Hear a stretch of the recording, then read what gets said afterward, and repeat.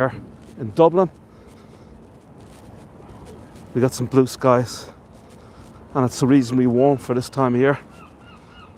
I'm right here in St. Stephen's Green, the beautiful St. Stephen's Green here in the heart of Dublin City. See the bandstand right here. Lots of people out today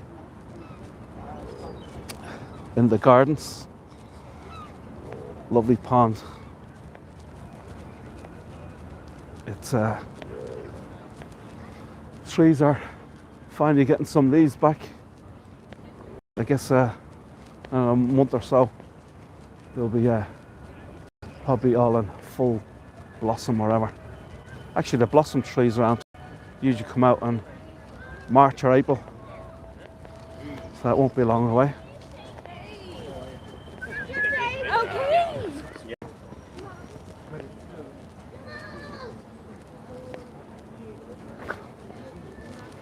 I was just walking around town, I seen it was so nice out, I decided to pull my camera out, or pull my phone out and start recording a YouTube video. This is a really nice view right here. Good morning from Oklahoma. Sandy, how are you? I'm just going live. Don't know how long I'm going to do this for. Just a nice day out here in Dublin. We're here in St. Stephen's Green Park. I decided to take my camera out and start recording. St. Stephen's Green, beautiful city park here in the heart of Dublin City. Dates back to 1663 and it's in the middle of the square here, St. Stephen's Green Square, the oldest and the largest of the 5 Georgian squares here in Dublin.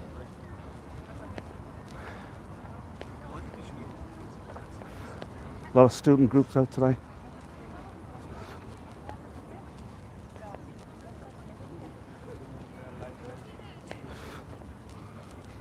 Originally this was a private park and became a public park in 1880 when a member of the Guinness family, Lord Arthur Guinness III, bought the lease from the key holders here, the residents here, and opened it up to the public, as I say, in 1880. And a huge amount of people come here on a daily basis, locals and tourists alike. We're going to head off to Grafton Street for a little bit and we'll take a walk around some of the streets here in Dublin. Here's a map or a layout of the St. Stephen's Green here. It consists of like 22 acres, 22 and a half acres I believe. There's 2 ponds, a few bandstands, lots of sculptures, and some lovely Victorian flower beds right here as well.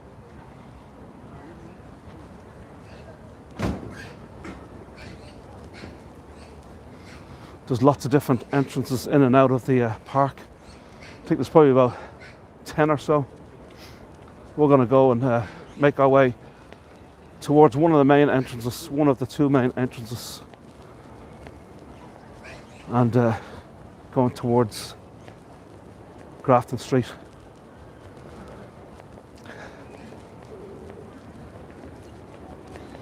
See a lot of swans in here as well,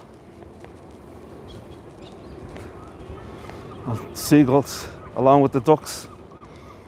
There is just a huge amount, plethora if you like, of seagulls and pigeons around the area, and they kind of invaded the pond where the ducks are.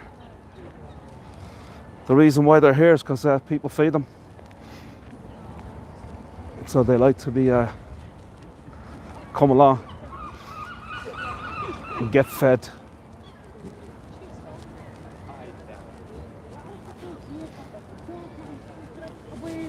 It is one of the nicest city parks you'll see anywhere. A lot of history to it, including the 1916 Easter Rising, where A lot of the fighting went on here in this park. Like they pass me, like One of the leaders was a lady with the name of Countess Markovich. Sorry, boss. And she was second command here, part of the Irish Citizens Army. And we got her poster all about her here. There's actually a sculpture of her, or a bust if you like, further up in the park. This is her right here, Countess Markovich. As I say, second in command. She was an activist, she was a politician, suffragette, women's rights activist.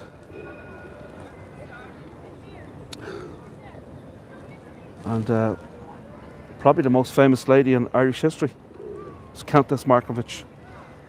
She was born Constance Boer-Guth from a very wealthy family, but she gave all her money away to the poor. She was a great woman inside, part of the Irish Citizen Army here during the 1916 Easter Rising, right here in the park. Of course, they had to retreat to a building outside the park, the College of Sergeants, as they were under heavy fire. Here we got a monument to Jeremiah O'Donovan Rossa, a female leader, one of the leaders of the Irish Republican Brotherhood. And he was a rebel. This is the Fusiliers Arch, one of the entrances into St. Stephen's Green, dedicated to the Dublin Fusiliers, who were part of the British Army, and they partook in the Boer War in South Africa from 1899 to 1902. There was about 5,000 members of the Dublin Fusiliers, and all those that lost their lives, 222 of them, in that war, the Boer War from 1899 to 1902. All their names are right here in the ceiling. I don't know if you can see them on the ceiling here of the arch. This is the beautiful St. Stephen's Green shopping centre right here. It's like an Art Deco style. And you'll see the Lewis, the tram system right there, that runs north, south, east and west, and out into the villages and the suburbs of Dublin. This is the world famous Grafton Street, Dublin's most fashionable street. All the big name designer brands have locations here on the street. One of the highest rental streets or rates in all of Europe. So if you want to set up shop here, you have to have plenty of money. Butler's Chocolate Cafe, famous chocolate, famous coffee shops here in Dublin. Probably about 20 of them alone in Dublin City maybe, and the suburbs. And they've branched out to other parts of the country as well. I think they may even be in the UK, and maybe even have one in New York as well. Started off as a chocolate factory, and they weren't doing so well in the 1990s, so they decided to open up a coffee shop. And the rest is history, because not only were they selling lots more chocolates from the coffee shops, people got to know about their chocolate factory, and the coffee shops that just did and are doing extraordinarily well. And you get a piece of chocolate, and every time you get your coffee or your tea, you order coffee or tea, you get a piece of chocolate with it. You get your choice of about 60 chocolates. Disney store right here. So Grafton Street's known for its buskers, and some say it's the greatest busking street, or the most famous busking street in Europe, if not the world. There's been many great artists have come out of this street that have busked on this street, including the boys from U2, Bono, all the guys in Phil Lynott from Thin Lizzy, and also Bob Geldof, Christy Moore, all the great artists, Sinead O'Connor, Glenn Hansard. I mean, the list goes on of all the great artists that performed here on the street. Let's listen to this young lady for a bit.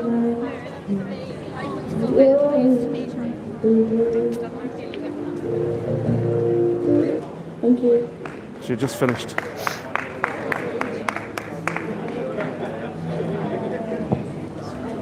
There'll be plenty more buskers.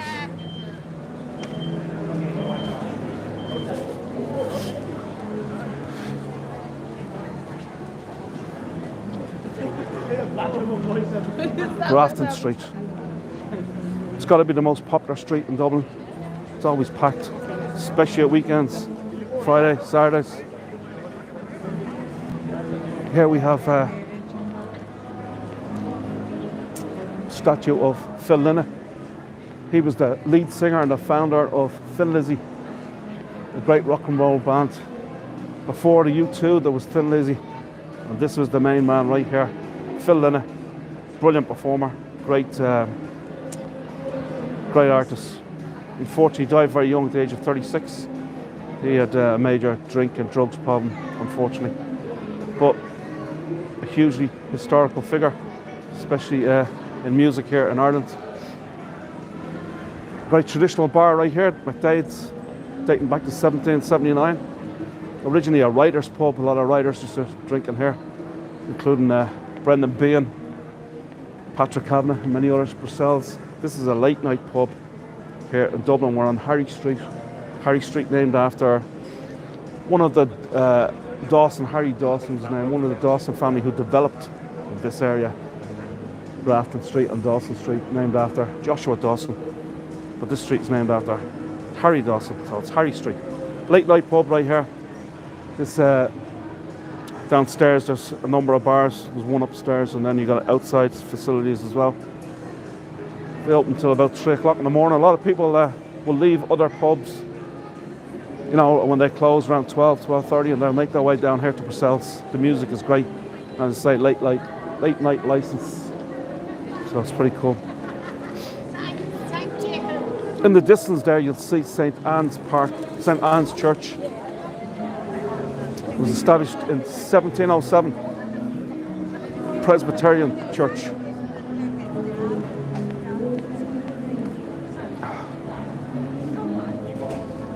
And it was developed once again by Joshua Dawson. It's on Dawson Street. We're on St. Anne's Street right here. There's lots of the pub, most of all the pubs around this area, they're all very, very famous. And most of them are all located off of Grafton Street, not on Grafton Street itself, but on the side streets like this one here.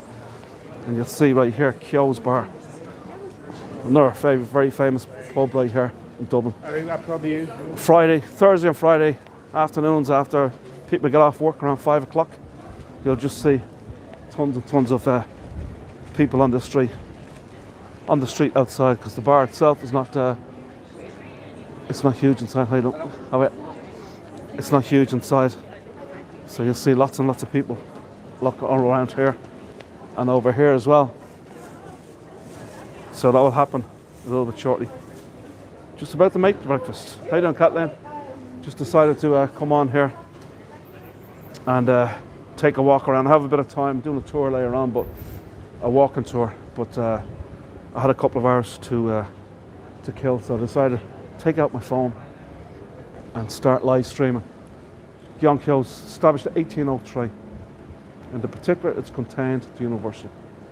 Joyce once wrote, "Within these walls, years have passed by, from the talented and famous to the apple of one's eye. All walks have tread footsteps and sipped the pint of stout. Keogh's, with all its charm and beauty, will surely live generations out." The Luke barman. There's a nice street here. Sorry. Okay. Anne's Lane, which has a display of umbrellas. Starting to drizzle here. There's lots of streets now throughout the world that have these umbrella displays. So of course we have one in Dublin. This is the only one. right here, St Anne's Lane. This is another fantastic restaurant pub called Cafe and San. This is just looking at part of it right there. It's a real upmarket restaurant and bar. Very colourful.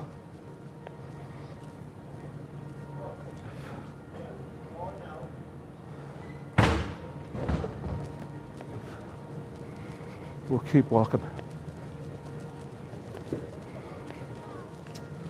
Hello to everybody that's on. Hope you're all doing well. I started this tour just probably about 15 minutes ago, and the sun was shining, beautiful blue skies, but it's getting cloudy overhead right now. There is still some blue skies, but hoping it doesn't lash rain. Let's see. Hope for the best.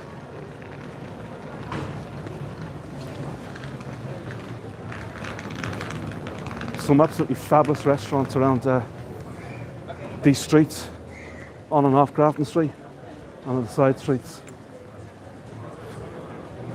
This is a really upmarket area of Dublin. The shops are not for the lay person really, if you want to buy stuff. Some of them maybe, but for the most part they're kind of expensive. So you're doing shopping around here, you probably have to have a little bit of money.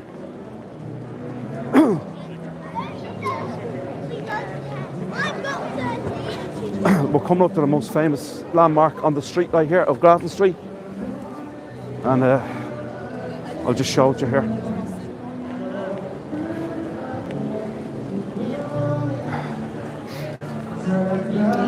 If anybody wants to subscribe to my channel, please do so. Appreciate that. Let's listen to this postcard right here for a minute.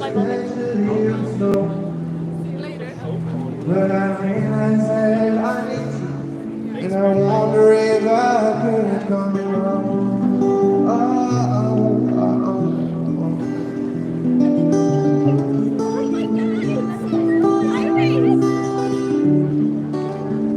Remember the time you drove all night just to meet me in the morning? And I thought it was strange to see everything change. You feel as if it just was. And years later, this is the version of my life that I didn't die before I met you. But now I don't care, I could go anywhere with you, and I'd probably be happy. Cause if you wanna be with me,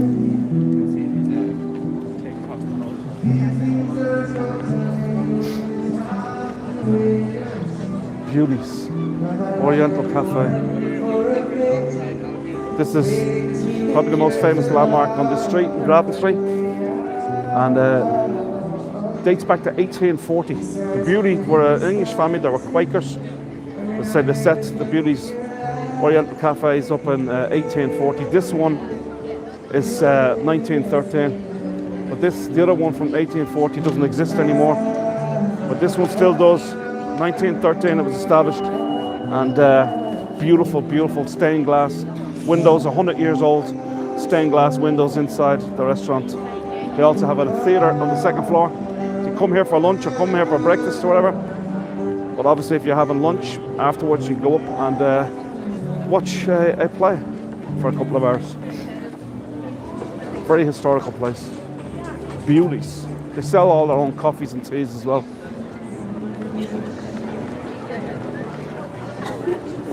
Lovely church right there, St. Carmel's Church.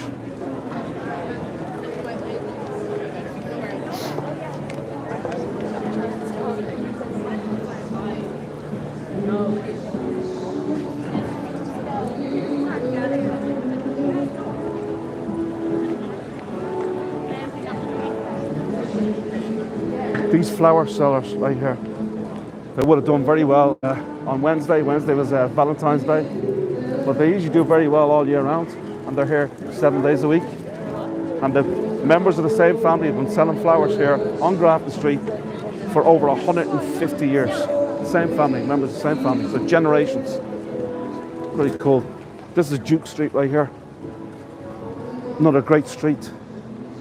Some really, really good restaurants here on this street, including this Davy Burns. Davy Burns, made famous by James Joyce in his book Ulysses, where the lead character Leopold Bloom comes here for his glass of Burgundy and his Gorgonzola sandwich. Davy Burns, very upmarket.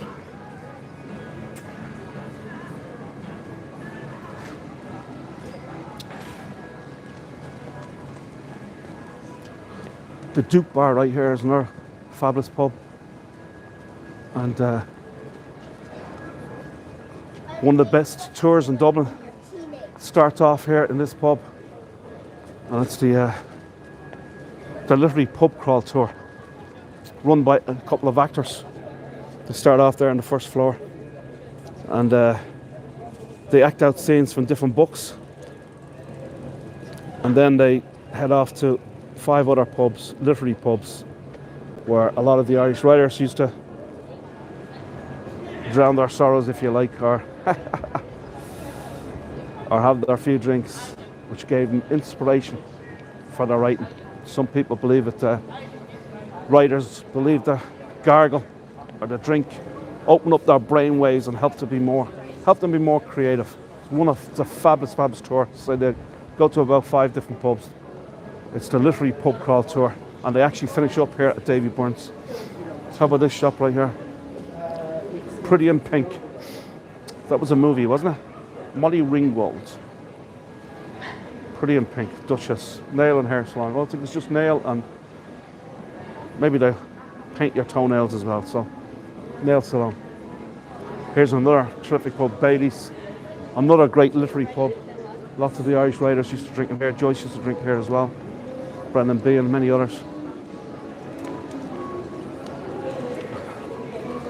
As I said before, you get all the big brand name stores here on Grafton Street. There you have Lululemon. Clark's is a big, it's either Irish or English, I think it might be Irish though, shoe store. They've been around years, centuries, well not centuries, but maybe a century. Clark's have been around a long time. So this is Dublin's most fashionable store, right here, Brown Thomas. And it's 4 floors, and they have over 100 of the world's biggest designer labels. They all have a presence in here. They all have a store in here. Absolutely beautiful. It's beautiful inside. The decor is amazing. Very upmarket, very expensive, but quality stuff.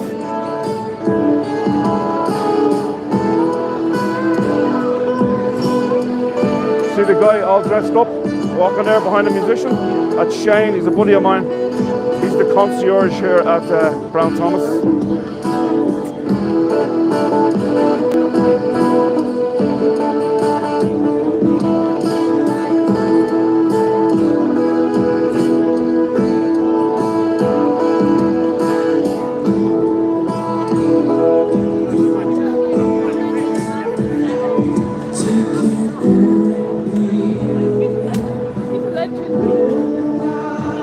Marks and Spencer's over here. They got a rooftop restaurant or cafe.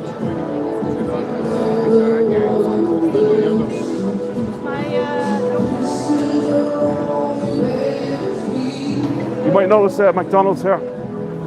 And why am I showing you this? Because isn't there McDonald's everywhere? Well, this was the first ever McDonald's in Ireland. It came here and set up at this location in 1977, the very first McDonald's in Ireland. There's probably thousands of McDonald's throughout the country today, but probably still the most busy McDonald's in all of Ireland is still their very first one, right here on Grafton Street.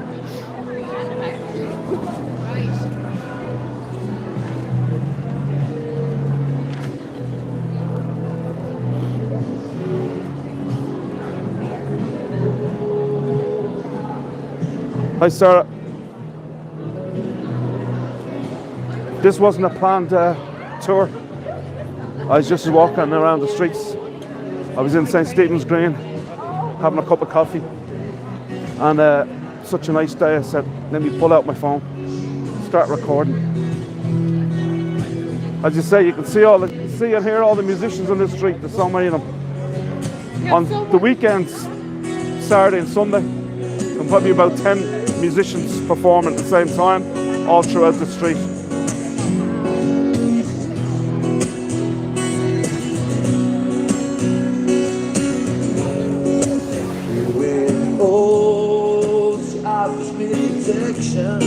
A lot of love and affection, right around, right around. Round the world, hold, ever life forsake me. Know that life won't break me when I come through. You'll see Trinity College right in front of you there. That beautiful grey building dates back to 1592. We'll go in there in a little bit. I'll take you down this street, which is Suffolk Street.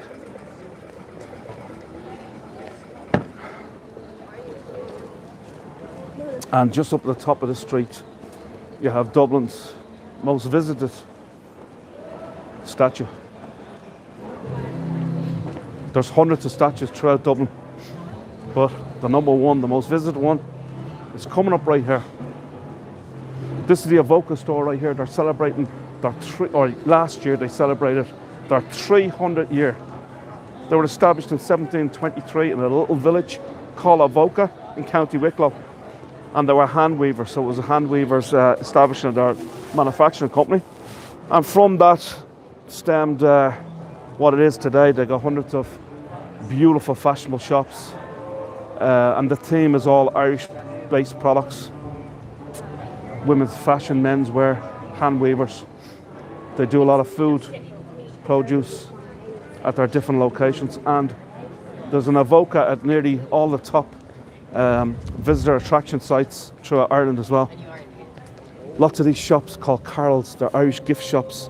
They sell all the different trinkets, Irish different trinkets and souvenirs. So lots of people that come to visit Dublin will visit these shops and get the Irish memorabilia, if you like. Show you some of the stuff. Dublin, the Irish flag, Dublin flag.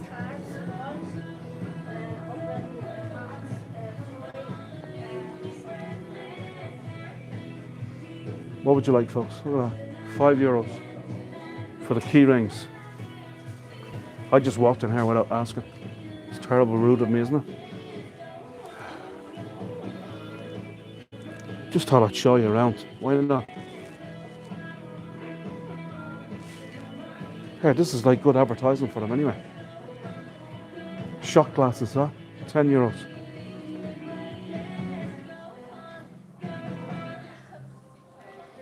Leprechaun on this one, huh?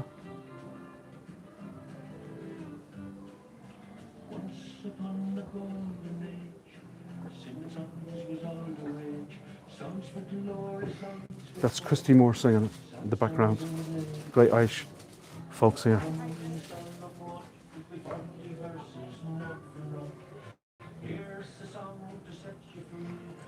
Anyone want a Guinness?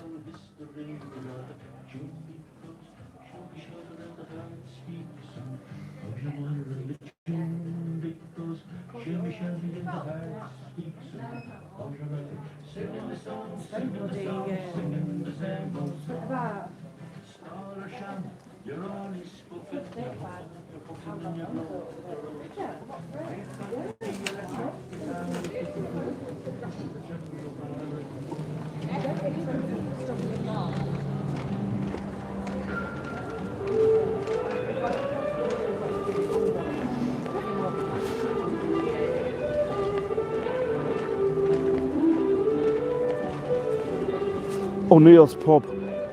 Once again, another great traditional pub dating back to the late 1700s. Great food in here, great seafood chowder, but also amazing Irish traditional Guinness stew right in here at O'Neill's. Music 7 nights a week. Fantastic pub. And it's located beside as I mentioned a little bit earlier, Ireland's, Dublin's most visited statue. And here she is here, the Molly Malone.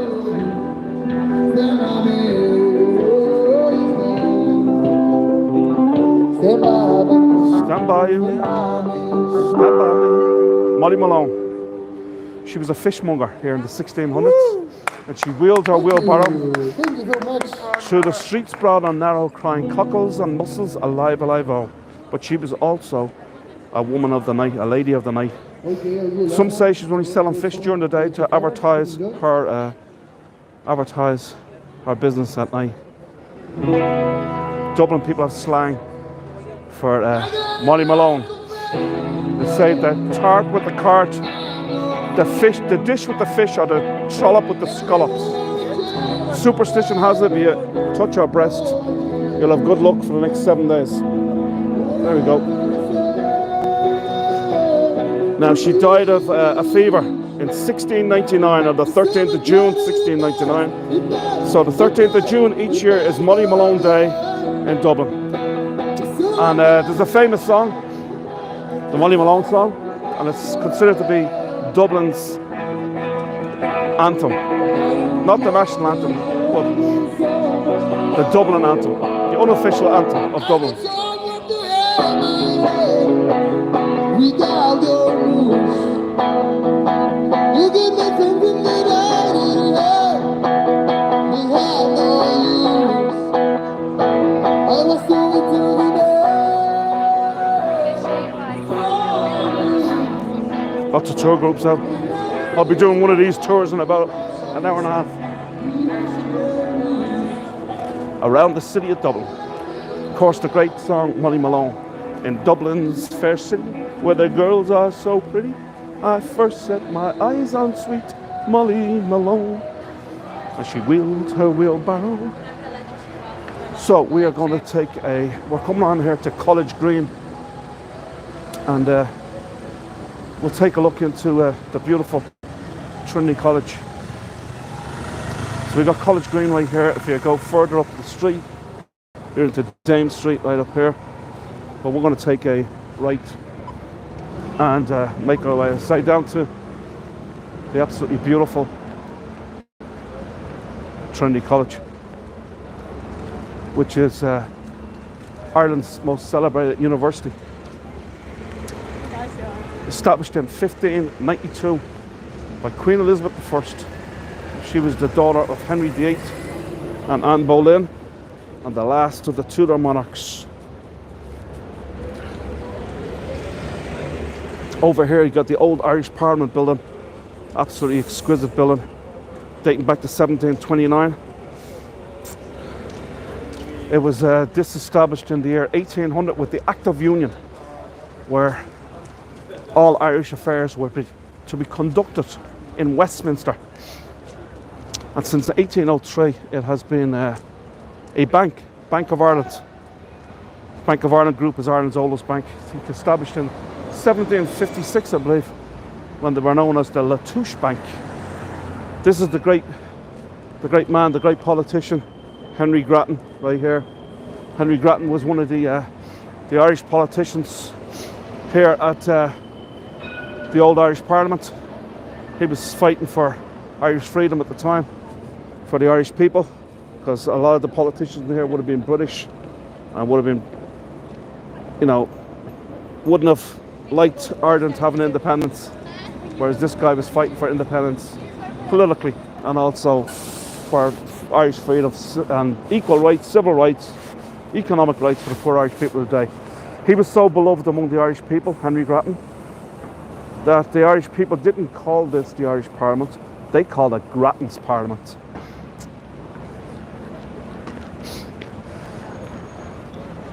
So I just did a loop here. This is still Grafton Street, so we're at the corner of Grafton Street and College Green right here. This is Dublin's oldest whiskey shop, Whiskey Bonders, whiskey and cigar shop. And it dates back to 1881. Really nice. Morning from Florida. How you doing, Ashrit? Nice to meet you. Good to see you. How's things? Hope you're doing well. Yeah, James J. Fox. Absolutely fabulous, beautiful whiskey shop, cigar and whiskey shop. Been there since 1881, appropriately located beside the Irish Whiskey Museum. Or I guess the Irish Whiskey Museum moved here because of the James J. Fox. I don't know if they like me coming in here, but we'll just show it you. Really is spectacular. There's been like literally hundreds, 200 or 300 new brands over the last 5 years. Whiskey brands that have come out all throughout Ireland, but then there's lots and lots of really old ones as well. So they got a mixture of the old ones and the new ones here.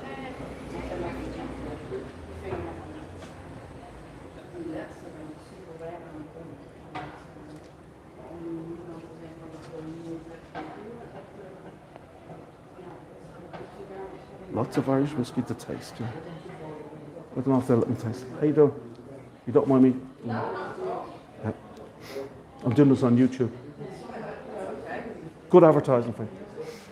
I just gave them the history of it outside.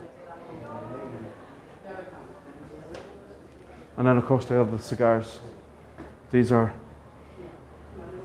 not your regular cigars you buy in a retail shop or a convenience store or a newsagent. These are the proper deal. The Cubans and everything, right?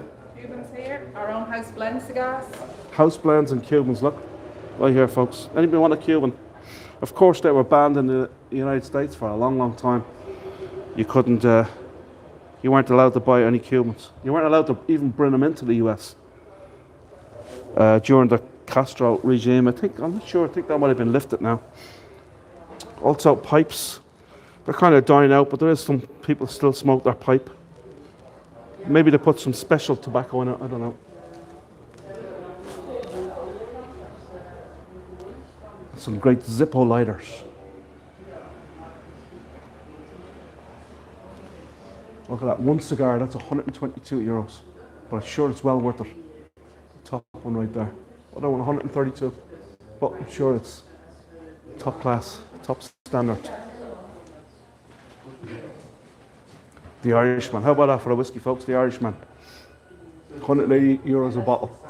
Now, it's believed that in this establishment, they sold a bottle of whiskey a few years ago for 45,000. 45,000. Yeah.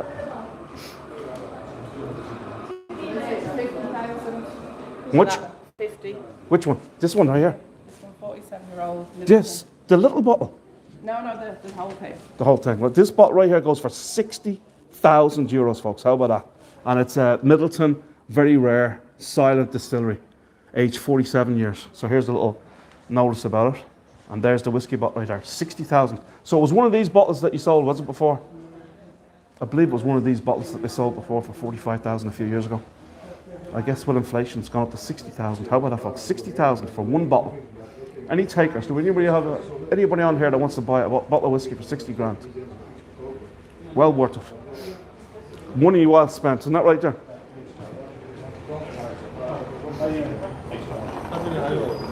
Sorry, guys. Teeling's another. This is a great whiskey right here. Teeling's whiskey. And we got Kilbeggan. That's a really old whiskey. They actually claim to be the oldest whiskey in Ireland, but I think it's Bushmills. Huh? Take a look at those. Yeah. See this bottle right here? Yeah. 60 grand. 60. Yeah. How many would you like? Where are you guys from? The Netherlands. Netherlands, eh? Amsterdam? No, it's south, more south. More south, yeah. Yeah. You having a Just a good? bit rural. What was that? Just a bit more rural than Amsterdam. Yeah. Are you having a good time? Yeah, it's perfect here. Great. That's good. Really great in Dublin. You here for the weekend? No, we've been here for a week. Really For the nice. First time this year and like last year, like 3 times. Did you travel around? Travel around the country? Yeah. Nice. Been to Kilkenny and. Kilkenny's a beautiful city. Yeah. It's fantastic. Yeah. Perfect here. Enjoy your stay. Have a great time. Thank you. Take care. From the Netherlands. Probably in here too long. I was getting thirsty by being in there. Let's go over to Trinity College. There's a green light. I better run across now before it goes red again, because look at all this traffic coming. Yes, we'll buy for the family, says Ashworth. No problem. Ashra, you just send me the money and I'll buy it for you. Yeah. Just send the money over to me. I only take 20% commission, that's all, for the sale. Because you have to agree, you wouldn't have known about it without me telling you, right? Yeah, exciting for them. Visiting from the Netherlands. They said they come a lot. They came here 3 times last year, they said. So this is Trinity College. Dates back to 1592. And it is one of the 7 ancient universities of Great Britain and Ireland. It really is exquisite. It is beautiful. Yeah, Bailey's is beautiful. I love Bailey's too. Bailey's Irish cream. But I only ever drink it at Christmas. I wouldn't even dream about it drinking it any time of the year other than that. Seems to be in Irish households a huge thing around Christmas, where everybody seems to go and buy a couple of bottles of Bailey's, and then the families all drink it. As I was saying, this is one of the 7 ancient universities of Great Britain and Ireland, established in 1592 by Queen Elizabeth I. She was the daughter of Anne Boleyn and Henry VIII, and the last of the Tudor monarchs. It's originally set up as a Protestant university. Catholics came here for a short period around 1783, but then the Catholic Church forbade their congregation from coming here because they didn't recognise scholarships or fellowships for Catholics. So it wasn't until 1970 the Catholics came back here. Now today, this university is one of the it's the 3rd most diverse university in all of Europe, in that it's either 26 or 28% of the student body is foreign. A mixture of people from all over the place, Asia and the Middle East, it's like that, India, China. I think make up most of the foreign population of students here. This is the Campanile. It's absolutely stunning. It's beautiful. This was established around 1853 and built, I should say. Now there's a big superstition here at the university that if you were to walk underneath this archway, underneath the bell tower during exam times, while the bells are ringing, that you will fail your exams. This to me is the most impressive building here on this is Parliament Square that I'm here. Most of these buildings were built in the 1700s, the mid 1700s, by William Chambers. He was the architect to George III, either George II or George III. And they were funded, these buildings, by the old Irish Parliament, hence the name Parliament Square. There's made up of 5 parliaments, or 5 squares here on the campus. There's the dining room right here. Believe it or not, this dining hall, I should say, was burnt to the ground in 1984, but they rebuilt it to look exactly like the old building. Quite extraordinary job. This is the chapel. Students of all religious persuasions come to this university, so they will have church services here for all religions, not just Protestant religions, Catholic, but Hindu and Muslim and everything else. This is the admissions room, and this is where all the graduations take place, in this hall right here. The graduates hall. So from March to May, this place was just absolutely packed every single day with graduation ceremonies. The families all along Parliament Square here waiting for their sons and daughters to graduate in the graduating hall. You're not going to believe, but remember I was saying most of these buildings around here in Parliament Square date back to the mid 1700s. Well, the oldest one, you would never believe it, is the red brick one right there called the Rubik's, and that dates back to 1699. That is the oldest students' accommodation, and that is the oldest of the buildings here that still remain on the campus. 47-acre campus here, absolutely beautiful, amazing campus. This right here is the old library, and established in 1727. And also within the old library is the long room, and the long room, it houses probably the most important medieval manuscript ever written, the Book of Kells. Just to give you a little bit of history about the Book of Kells, the Book of Kells was written between the year 800 and 900 by Irish monks, firstly living off the coast of Scotland on an island called Iona. The island was then raided by the Vikings, and the remaining monks left the island and made their way to Kells in County Meath here in Ireland, about 45-minute drive from where I'm standing. And that Kells Abbey in County Meath was in ruins in the 13th or 1400s, and that's where they actually found the book. Some say it was lying on the ground in the ruins of Kells Abbey. They brought it here in 1660 to Trinity College, and since 1850 it has been on display here in the old library. And it is the fourth most visited tourist attraction here in Ireland is the old library where the Book of Kells, to see the Book of Kells. There's a lot more to it than just the Book of Kells. I mean, it really is absolutely stunning inside. You want to see this long room. The old library is just stunning. Stunning architecture. Every single book written here in Great Britain and Ireland, this library gets a free copy. Supposedly it's up to like 5-6 million books here. And it really is just fabulous. I won't walk around the whole campus, but it is 47 acres, it's beautiful. And Forbes magazine, they have ranked Trinity College campus as one of the 15 most beautiful college campuses in the world. That's not bad when you think there's 25,000 or more universities throughout the world.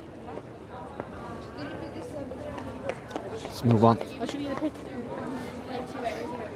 Yeah, she's in my car. I'm going to walk down another street down here. We'll come on to Nassau Street. This is Douglas Hyde Gallery right here. And Douglas Hyde was Ireland's first ever president. And he was also a student here, he was, Douglas Hyde. He was a scholar in the Irish language. He was part of the Irish literary revival movement.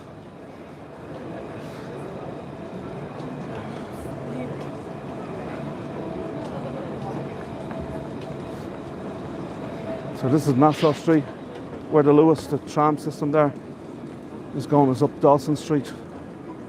Another great street here in Dublin City. Some great shops on this street. Stores, as you call them in the US.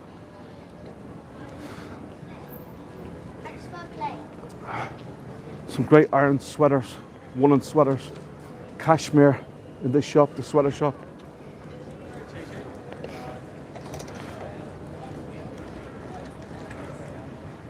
KC Peaches and Trinity Woolen Mills.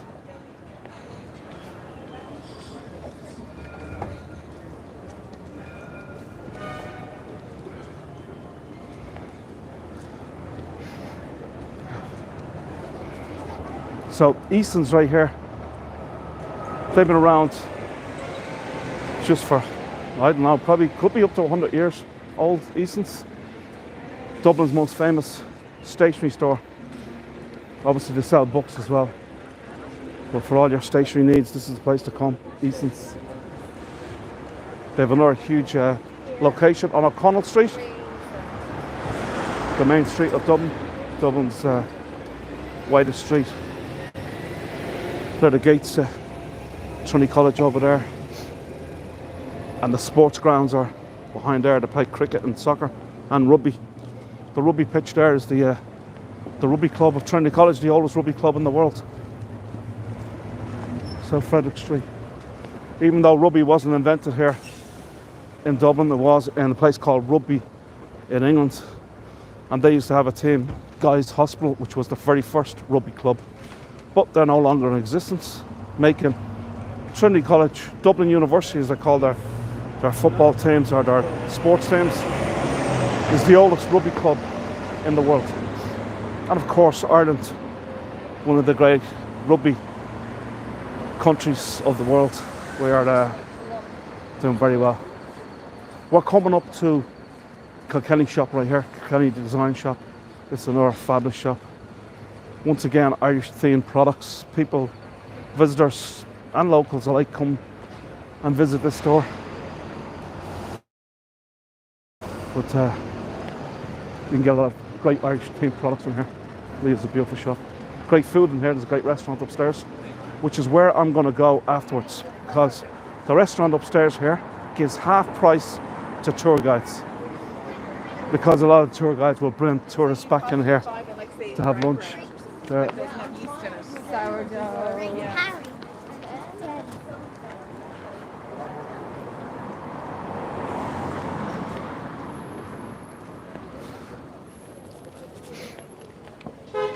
I'm going to take you up here. We're going to take a right onto Dawson Street. Sorry, Kildare Street. Kildare Street is where the Leinster House is, the seat of government here in Ireland.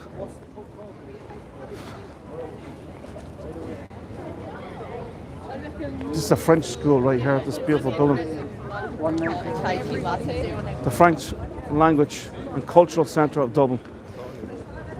Right here.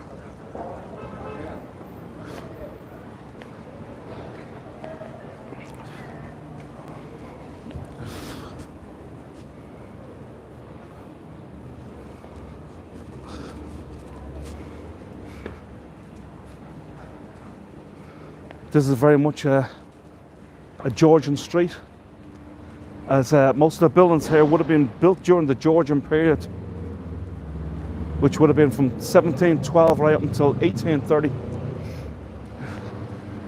But there's one particular, I think this building was built before this school was established, the Royal College of Physicians of Ireland. But they date back all the way to the 1600s, they date back to. But I think they came to this location in the early 1700s. Next building right here is the National Library of Ireland. Really is lovely.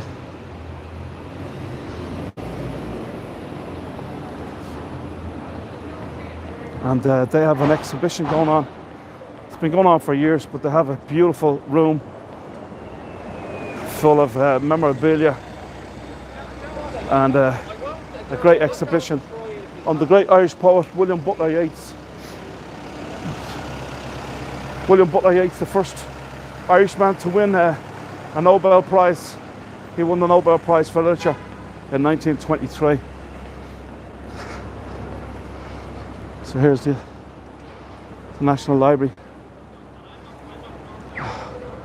William Butler Yeats. The exhibition is absolutely fabulous. It's amazing.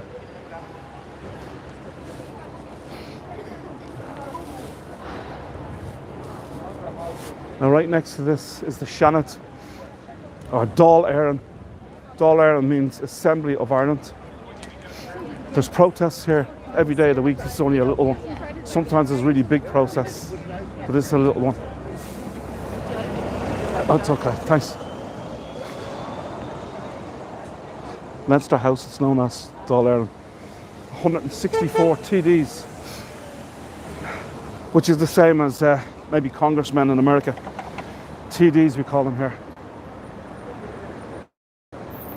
I'll show you from a different angle.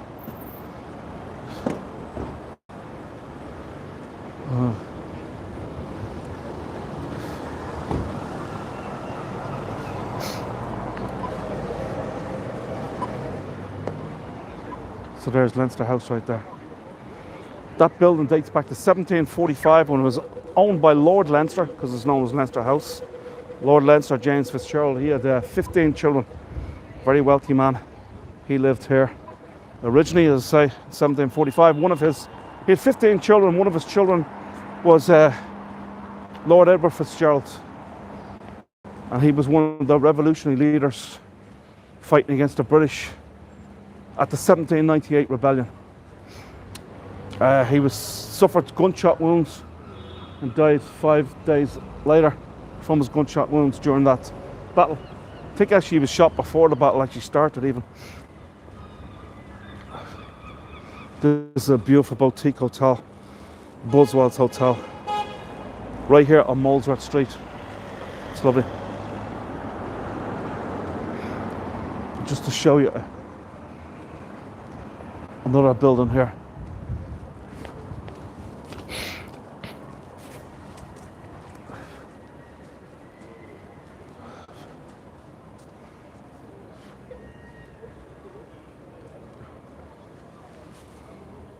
This is the Masonic Lodge here in Dublin. This is the oldest continuously used Masonic Lodge in the world. 1843, I believe, 1843. But it's the oldest Masonic Lodge in the world. Now, there is older Masonic lodges. The oldest in the world is in Scotland, in Edinburgh, but it's not located at the same location. So, the oldest continuously used Masonic Lodge in the world, right here in Dublin.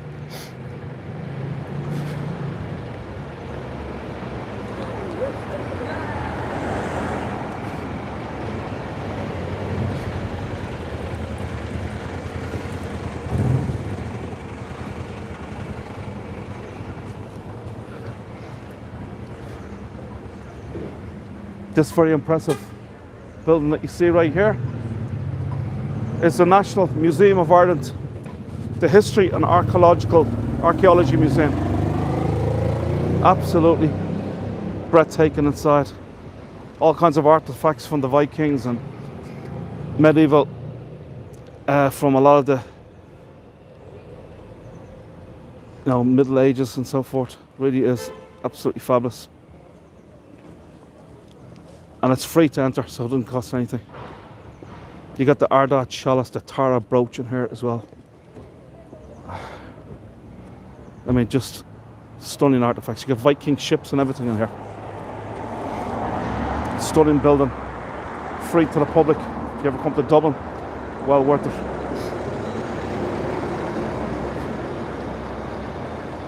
Here's an auction house, very famous one, the Veer auction house here in Dublin.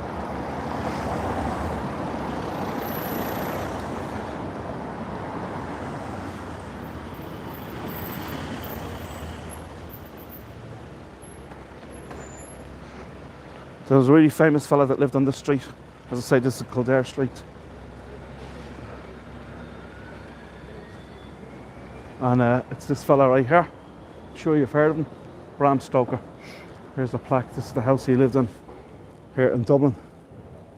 Theatre manager, author of Dracula, of course. I lived here.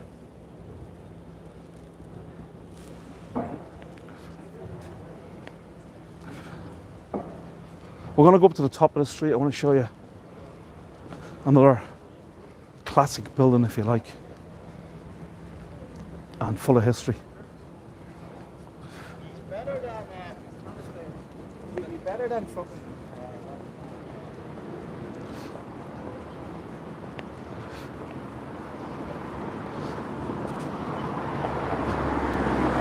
You see that dome building in the background there? That's the office of the Taoiseach, the Prime Minister's office. Taoiseach means leader in the Irish language. So Prime Minister of Ireland, Taoiseach.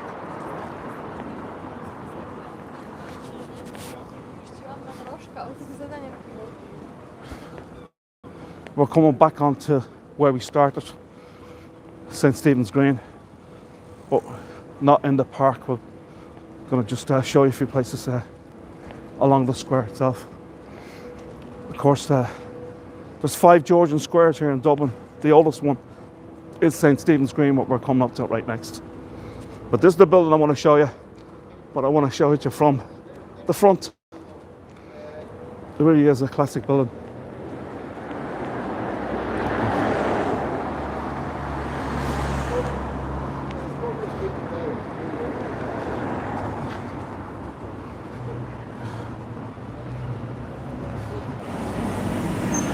I would like to subscribe to my channel. If you're watching this live or if you're watching this in a recording,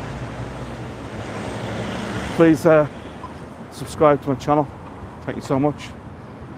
Also, there will be a link in here in the description if you wish to buy me a coffee, or I also have my PayPal link on here if you enjoy the tour and you want to see more like this. You can contribute or donate. We very much appreciate that. Thank you so much. It's the building I want to show you. This is Shelbourne Hotel, by far and away Dublin's most celebrated hotel, and it was established in 1824. So it is celebrating its 200 years in existence this year. This is, as I say, probably the most celebrated hotel in Dublin, where world leaders, some of the great musicians of the world, Hollywood elites, Hollywood actors, directors, and what have you, have all stayed. Obviously, important businessmen of the world, businesswomen of the world, all stayed here at some time or other in Dublin. They even have their own museum in here. The Irish Constitution was signed in here, and it's full of memorabilia. Extremely expensive. It's a top-notch hotel. Lots of wealthy Americans, wealthy Canadians would stay here, or wealthy Europeans as well. You have to have some money because it is very expensive. I believe the penthouse is like £5,000 a night. £5,000 a night. The bar in here is great. It's number 27. Very, very expensive for drink. It's the actual address of the street, number 27, St. Stephen's Green. Number 27 is the bar. There's a first-class steakhouse in here called the Saddle Room. And of course, you'll have a lot of these politicians from Leinster House just down the street will come up here for their nice steak meal on the Irish taxpayers' dime, if you like. Terrible, isn't it? It's a pity the sun isn't back out. It's very cloudy right now. It always looks so much better when the weather's nice. I'm bringing you down here because I just noticed these that are here right now, because you'll see these going around the road to Dublin. And this is the Viking Splash Tour. It's a fabulous tour. The end of this tour, they go around all through Viking Dublin and other historical areas of the city, and they end up in the Grand Canal, in the basin there, the Grand Canal, because it's not only a bus but it's also a boat. So it goes right into the water. The Viking Splash Tour. Fantastic. One of the best tours in Dublin. So there you go. They're wearing their Viking hats, look.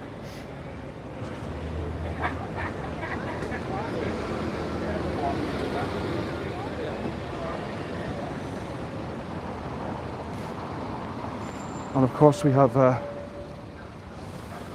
big bus, sightseeing tours around Dublin. Lots of sightseeing tour buses here in Dublin, going around the city. There's a few tourists around, even though it's February. There's a few here and there, but nothing like what there will be come St. Patrick's week, just in less than a month's time. Dublin will be chock-a-block with people from all over the world to celebrate St. Patrick's Day and the St. Patrick's Day Parade, which will be absolutely massive here in Dublin. So, looking forward to that week myself. Lots of tours going on. I'll be very busy. So there'll be close to 1 million people, maybe 500,000 anyway, to 750,000 people will come here to Dublin to celebrate St. Patrick's Day. This is a great tour right here. And this is the Little Museum of Dublin. They actually have a room here dedicated to U2, a great band, but everything about Dublin right here, this museum.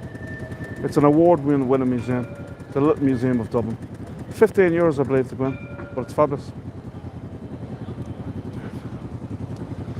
All right, folks, I'm going to leave you here. We're here at the top of St. Stephen's Green and Dawson Street, and we'll leave you here. Hope you enjoyed the tour. Please subscribe to my channel. I'll probably have 180 plus tours on the channel. And also, if you wish to support me, that'd be great too. Thanks very much, folks. Have a great day. Take care. Thank you.